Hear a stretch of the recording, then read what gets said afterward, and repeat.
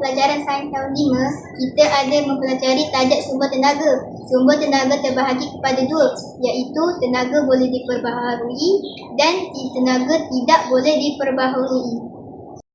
Dikehendaki untuk mengenal pasti dan mengingati apakah sumber tenaga yang boleh diperbaharui dan sumber tenaga yang tidak boleh diperbaharui. Walau bagaimanapun, kami selalu keliru antara sumber tenaga yang boleh diperbaharui dengan sumber tenaga yang tidak boleh diperbaharui. Sesuatu perlu dilakukan agar kita dapat mengingati dan membezakan kedua-dua sumber tenaga tersebut agar kita boleh teruskan dengan subtopik seterusnya tanpa ragu-ragu. Sumber tenaga boleh diperbaharui terdiri daripada air, angin, ombak, jisim, matahari.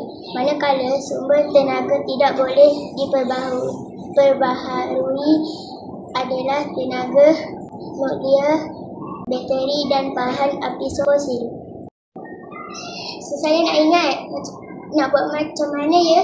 Saya ada cara. Memperkenalkan inovasi potret sumber tenaga. Apa tu? Lagu ke?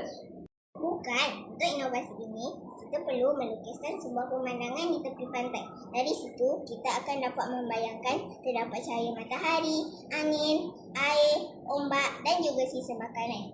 Serta daun-daun pokok reput yang boleh diklasifikasikan sebagai biojisim. Jadi, dengan melukis potret ini, kita secara tidak langsung terus dapat menghafal sumber tenaga yang boleh diperbaharui. Tengok ni, angin, air, ombak, matahari dan biojisim. Wah, mudahnya. Tapi macam mana dengan sumber tenaga tidak boleh diperbaharui? Saya tahu. Selain daripada yang kita lukis ini, itulah sumber tenaga yang tidak boleh diperbaharui. Kita juga boleh mereka form yang menarik di ChatGPT untuk mendapatkan gambar yang menarik bagi menghasilkan gambaran tepi pantai tersebut. Mudah kan? Sekian daripada kami.